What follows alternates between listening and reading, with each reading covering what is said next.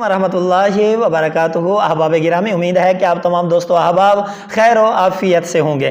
اللہ تعالیٰ تمام دوستوں کی حفاظت فرمائے، اللہ تعالیٰ آپ تمام دوستوں کو خوشیوں سے مالا مال کرے۔ جی آپ ٹائٹل دے کر تشریف لائے ہوں گے کہ اونٹ پہاڑ کے نیچے کس طرح آتا ہے، وہ آپ کو دکھلاتا ہوں آخر میں کہ اونٹ پہاڑ کے نیچے اس طرح آتا ہے۔ لیکن اس سے پہلے آپ یہ پہلے نوٹ فرما لیں کہ ہمیشہ حقیقت، ہمیشہ سچ، ہمیشہ اوریجنل ریئل بات جو ہوتی ہے وہ عیاں ہو کر ہی رہتی ہے، اور اس کو چھپا کوئی نہیں سکتا، اس کو پوشیدہ کوئی بھی نہیں کر سکتا، اس کو کوئی آدمی بھی دبا نہیں سکتا۔ اللہ کا قانون ہے، قانون فطرت ہے، ہمیشہ حقیقت، حق بات، سچ بات اور سچی بات وہ ہمیشہ عیاں ہو کر ہی رہتی ہے۔ اب آپ دیکھیں نا اونٹ پہاڑ کے نیچے کس طرح آیا۔ جی دیکھیں مولانا صاحب ایک بیان کر رہے ہیں، ان کے آپ گفتگو ملاحظہ فرمائیں اور میں آپ کو آخر میں بتلاؤں گا کہ اونٹ پہاڑ کے نیچے کس طرح آیا۔ جی آپ سماعت فرمائیں۔ فرض نماز دے بعد دعا منگنا ثابت ہے، نبی علیہ السلام کرے ثابت ہے۔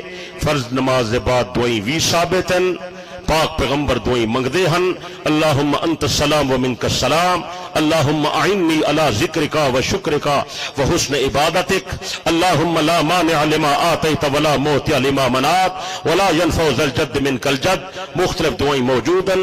نبی صحیح فرمائے دو نمازیں تو بعد دعا قبول تھی دیئے، ایک فرض نماز دو بعد، ایک تہجد دے بعد دعا ثابت ہے، منگڑ بھی ثابت ہے، ہاتھ چامن بھی ثابت ہے، چہرے تے پھیرن بھی ثابت ہے۔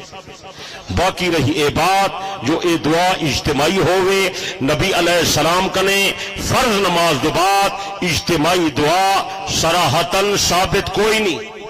اسا سچے لوگ ہیں، سچی گل کریں نہیں۔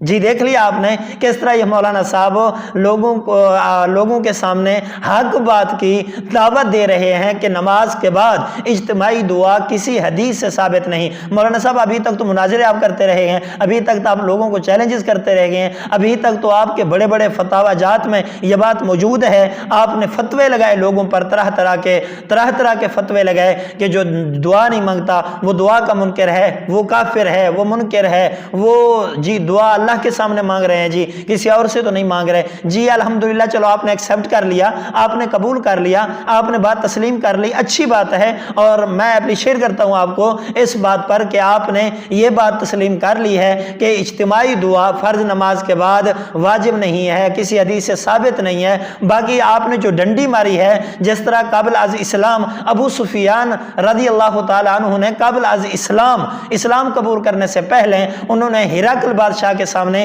ایک ڈنڈی ماری تھی، آپ نے بھی وہ چھوٹا سا چٹکلا اور اپنا وہ انداز، اپنا ایک ڈنڈی جو ہے وہ آپ نے بھی اپنی گفتگو میں ماری ہے۔ میں آپ کو بتلاتا ہوں کہ آپ نے کس طرح وہ ڈنڈی ماری ہے، جس طرح ہرقل بادشاہ کے سامنے اس وقت اسلام قبول کرنے سے پہلے ابو سفیان نے ماری تھی۔ آپ نے کہا کہ فرض نماز کے بعد دعا قبول ہوتی ہے، نبی کریم نے دعائیں مانگی ہیں، ربی اعنی علی ذکرک و شکرک و حسن عبادتک، اللہم انت السلام و منک السلام تبارک یا ذا الجلال والاکرام، لا الہ الا اللہ وحدہ لا شریک لہ لہ الملک و لہ الحمد یحیی و یمیت وہو علی کل شیء قدیر۔ جی دعائیں مانگی ہیں، ذکر و اذکار کیا ہے۔ اب اگلی بات جو آپ نے کی ہے، جو آپ نے ڈنڈی ماری ہے، وہ یہ ہے کہ آپ نے کہا ہاتھ کو اٹھانا بھی ثابت ہے اور چہرے پر پھیرنا بھی ثابت ہے۔ یہ آپ کہیں سے دکھلا دیں، ہر دعا کے ساتھ ہاتھ اٹھانا لازم نہیں ہوتا رہتا، ہر دعا کے ساتھ ہاتھوں کو اٹھانا ضروری نہیں ہوتا رہتا۔ میں آپ کو مثال دیتا ہوں،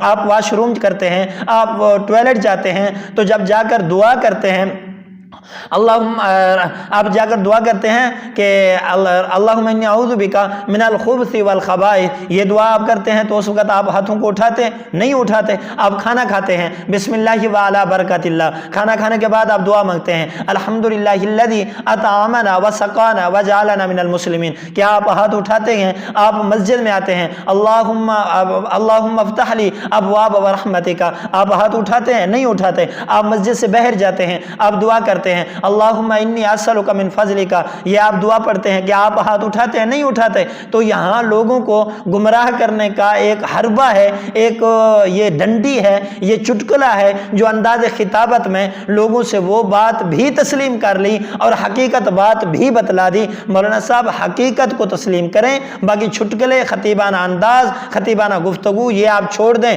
قیامت کے دن آپ جواب دہ ہوں گے، اللہ تعالیٰ کے سامنے آپ نے حاضر ہونا ہے، اللہ تعالیٰ کے سامنے آپ کو